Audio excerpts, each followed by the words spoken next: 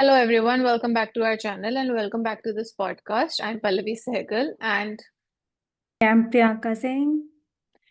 and this video is going to be dedicated to a specific topic in marketing, which is going to be email marketing. And the reason that we wanted to do this podcast is because every now and then we keep seeing headlines which say that email marketing is dead. And because we are both marketers, we feel very contrary to that. And that's the reason why we wanted to share this with all the marketers out there or potential marketers out there. Email marketing is not dead. And there is a particular reason why we are saying that. And I would like Priyanka to kind of expand a little bit on that.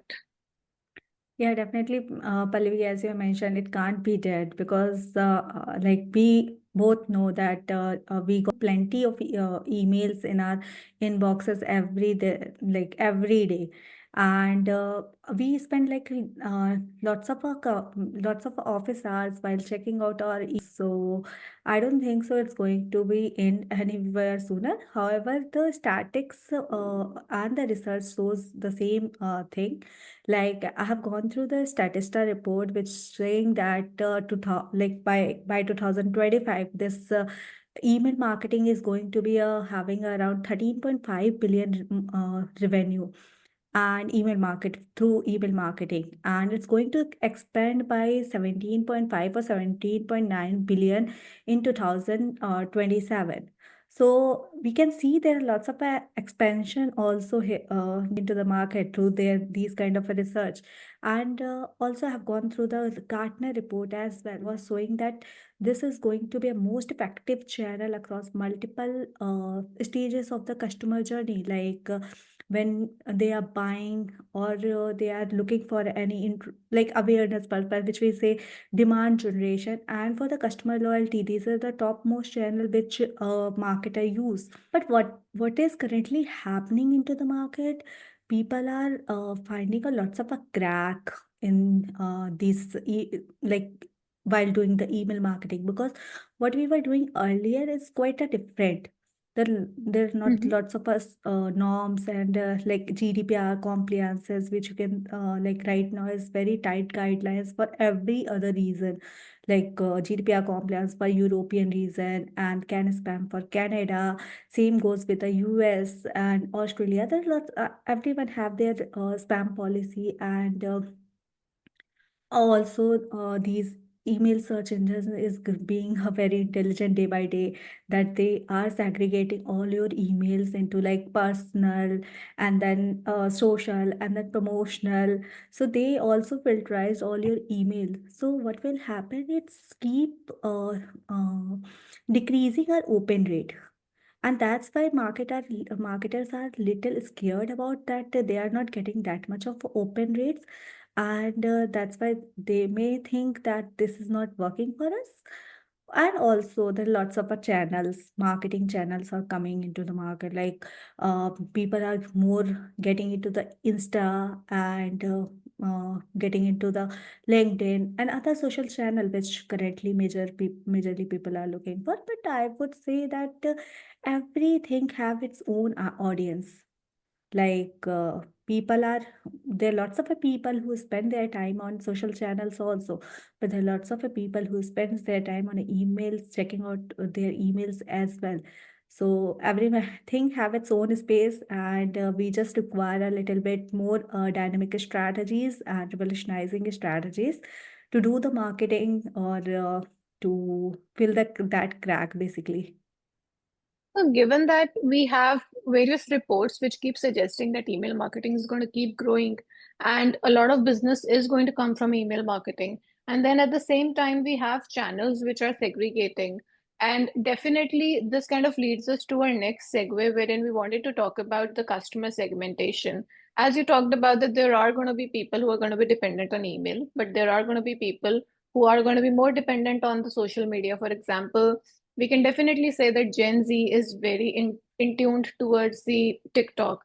So if you Insta, want to yeah. reach, yes, if you want to reach towards the Gen Z, then it's mainly TikTok. If you want to reach the millennials, Instagram is one of the major platforms. But then if you want to reach in terms of millennials, Gen Z, and the other segment that we keep talking about, which has a lot of spending power, then email marketing comes into play. And where in email marketing, we also can segregate into B2B and B2C. So, how about we talk about customer segmentation? And once we talk about customer segmentation, we then take it towards the B2B and B2C kinds of email marketing. Definitely. So what I would like to include that right now what will happen, I just got to remember that these are the most thing which also keep hampering those email marketing strategies for other people. Like they are sending lots of email, but it's going into the spam. Majorly, Mhm. they are afraid of getting into the those email into the spam. So we'll have to figure it out that our email should be a very personalized, and also the kind of a people we are sending to the email is should be a the email should be a very clear, or which we can say like we use some of the email cleanup tool to clear Right. our bounced email or the not valid emails, so that our email doesn't bounce and protect our DNS or as that way as also. So these are few things which is also important. And coming on to the segmentation side, there are lots of tools right now is into market that is providing a very good option for the or advanced segmentation, which we can say the behavioral segmentation, the advanced segmentation. So what is happening, like if you are opening your email, it's aggregating those kind of audience to in a different kind of maybe a list, and who is not opening that email or engaging with their content, they are segregating those email in a cold audience list. So from there you can understand to which people what you have to send to which people, Mhm. and that Right. can help you in strategizing a way better sending a way better email to them, and it will help you to open that like increase your open rate as well. Also it save your spamming rate also, because you know that these people are interested, and then you are sending those emails to them. You are not sending the emails to those people who are not very interested in your email, and that's where the segmentation things comes into the picture. And also, when we talk about the B2B and B2C, there are lots of different strategies also comes on, because B2B use very different strategies for doing the email marketing. They particularly do the email marketing majorly for the awareness purpose, you can say, or which we send like a new emailer, newsletter, or maybe a weekly weekly announcement or feature announcement, these kind of a stuff we do send. And mainly B2B use it for the cold emailing for lead generation, the sending out the pitching email campaigns. So when we talk about the B2B companies, we'll have to focus on the segmentation, segmenting of their audience on a industry specific, segmenting on that audience as per their designation, these kind of a segmentation which we have to think of, so that we are curating our email based on that, like and putting out a dynamic object over there, so that which you call the hyper personalization, which is also we'll have to think while curating our emails. So that will help, that will help into creating your email marketing strategies. What So what yeah. we are hearing is that you're talking about both B2B and B2C, and you are saying that both in both the types of channels, you have hyper personalization, which is very, very important. And then at the same time, you also have segmentation, which is basically leading to basically what we are hearing and what we are seeing in terms of the tools is that there is personalization, and when we talk about segmentation, it's about the behavioral segmentation. They track as to what the person is looking into, they track as to what the person is spending more time on, what is leading to a click-through rate, and when it's leading to a click-through rate, then how much of a time the person is spending on that. So looking at all those analytics and the attributions, so that is where the email marketing has already moved into. And what I Definitely. wanted to kind of ask you next was that once we talk about the bounce rate, once we talk about the open rate, then the click-through rate. So what is next? For example, what is it that the email marketer or the business as such should be looking forward towards? Like, I think it is about the tools that we had discussed initially, that what are the tools that are available and how does one choose that tool. So could you kind of expand a little bit on that, and we can have our viewers delve more into that, especially the ones who are kind of looking into what tools they should be going in for, because there is so much that is available in the market right now. Yeah, definitely. So basically, right now there are lots of tools into the market. When we started, we just got to know about the MailChimp, and it was on hype at the time. But right now there are plenty of tools available into the market, and they are all are feature rich. So we'll have to make sure that the tools which we are using for our email marketing strategy, it should have all those features available into that,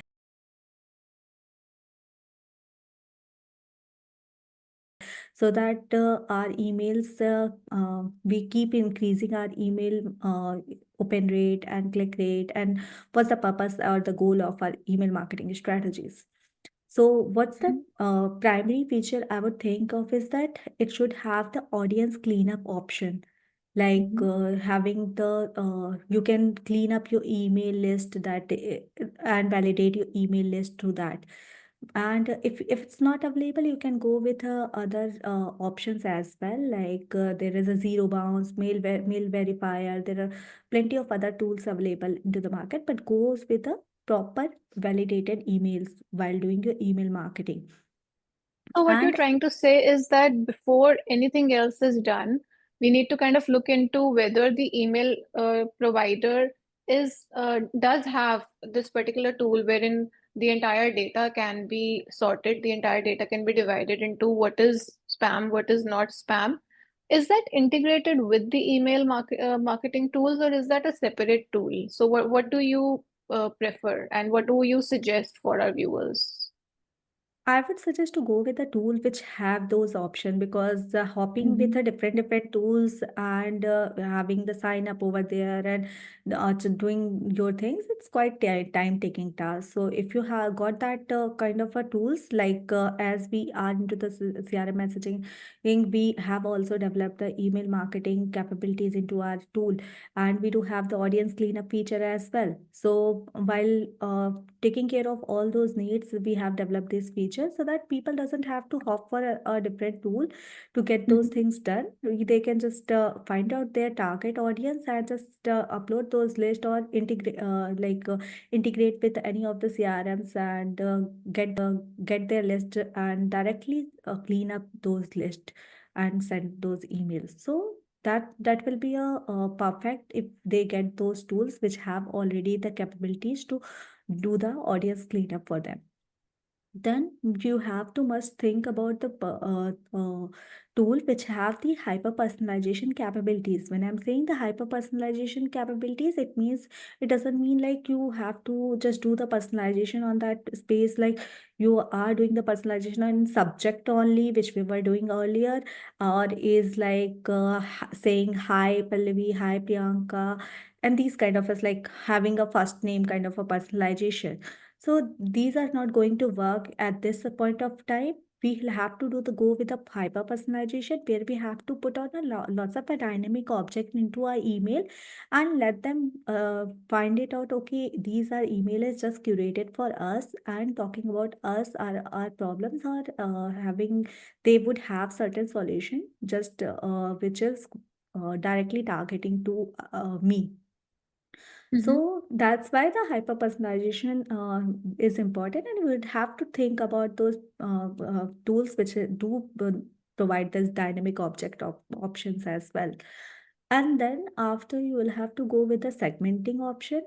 Like there are lots of tools which have those segmenting options. So you'll have to see that this capability is also available into your tool, and then you will have to go with the automation option also, because Mm-hmm. or automation of email marketing, which is also important because what will happen, we may forget or may it's added our any like extra task for us to do the follow up for every campaign we have set, or maybe responding to them on whatever the replies they have done. So if we do those kind of automation, like if they have signed up with us, we can send this kind of a email. If it has been 3 days after joining or sign up with us, then we can send this kind of a email. It is like creating a customer journey, or you can say a dripping email campaigns for them. So this is also very important to have these kind of email marketing strategies placed on either if you are in B2B IT services space or the SaaS provider space, both will work for both will important for them. So that is also So when we are important. Then talking about the automation emailers, so that is something which a lot of providers do have. Like, for example, you have your welcome automation wherein they have, okay, we'll have like 4 or 5 emailers that goes through, wherein one is about welcome to the community, and then it's going to be about 10% off on your first order and something like that. So I think one of the things that we can do for our viewers is that talk about all the automation campaigns maybe in a subsequent video, and we can talk about when we are discussing B2C, therein the automation campaigns become very, very important because it is cart abandonment, it is welcome, and it's everything. But then when we are talking about B2B, especially for our B2B viewers, it is also important like when they are making that funnel as to what kind of automation can they put in into that. So maybe not for this video, so as to not elongate the video and then extend it beyond the time limit that we really wanted to stick to. But in a future video, do look forward to, and we'll discuss automation campaigns both for B2B and B2C. And yeah, Priyanka, please take it from here. I yeah, just wanted to share definitely. that with our viewers. Yeah. No problem. Definitely, Pallavi, as you have mentioned, because automation have also a very different capabilities, like sending, as you have mentioned, the sending out the welcome email campaigns, sending out to the joining campaigns, which you can say, and sending out the promotional campaigns or birthday campaigns. These are the things which people can do, but there are lots of other things also that, like event-based campaign, which I said, the birthday campaign or any other events which you think of, or maybe a trigger campaign, behavior trigger campaign as well, like abandoned cart campaign, which you have mentioned. So these are the campaigns which can place. And this obviously a vast topic, so we will talk about it in a different uh, podcast. But yeah, we were talking about that what kind of feature we should have. So coming out on that, we should have like a after automation, you will have to think of having the A or B testing capabilities also into the tool, because when you are sending lots of a campaign, you will have to see what kind of a results they are putting into for the same kind of audience. Maybe you can change the audience, maybe you can change the content, and you can find it out how what's working for you or what's not working for you, and it definitely help you in your marketing, email marketing strategies. As we have mentioned that some people doesn't like your content, some people like your content. You'll have to find it out, you'll have to understand your audience, and through A or B testing, you can very well understand your audience and send the or curate the contents accordingly. So that is also very important. Then the last but the not least, it's like having the analytics done. Like it should have a proper analytics, like having the open rate, having the CTRs, like what kind of a click rate we are getting, and then what the bounce rate even. This is also important. The spamming rate, it should have also mentioned those things. And if it's possible, then it has the certain capabilities to having those inbox into that tool as well. It's fine. Otherwise, Mhm. that option can be skip as well. But yes, you should have a certain analytics also placed into that tool. So these are the, I think, foremost capabilities you must think that tool should have when you started doing your email marketing strategies or starting doing email marketing campaigns for your business. I wanted to focus on your last point, wherein you're talking about analytics. So, as far as I understand, we have analytics which is integrated within the email marketing tool. They'll give you a lot of stats as to these are the things that you can refer to understand whether it is a successful or not a successful campaign and how to kind of improve that. So how do our customers or our viewers kind of look into that? Like till the time they are at a particular revenue, should they keep on using the internal analytics and then only integrate it with Google or other analytical tools? What are your thoughts on that? Definitely, because when you are having that kind of a journey wherein website is you are getting the leads from your website. So Google having the Google Analytics email should sorry Google Analytics should be placed on well, and it should be integrated with all doing the social media or how you are engaging with your audience after that once they Mhm. like sign up with you. So it should have to be integrated with every other platform. And major of us, like major of we what we do is like having a kind of a CRM to do for that. Like we do integrate all those analytics, all those like Google Analytics and the social media integration with that kind of a CRM. And then we can if it's have those email marketing capabilities, then it's good. Like HubSpot has the every major of CRM tool have the email marketing capabilities, like HubSpot, Salesforce, and Zoho. So all have that email marketing capabilities. But what's they missing is that these are the majorly like HubSpot is contact based costing. It's do the contact based costing. Like they are if charging if you're adding more than 2000 contacts in your marketing database, they are charging you a dollar on that.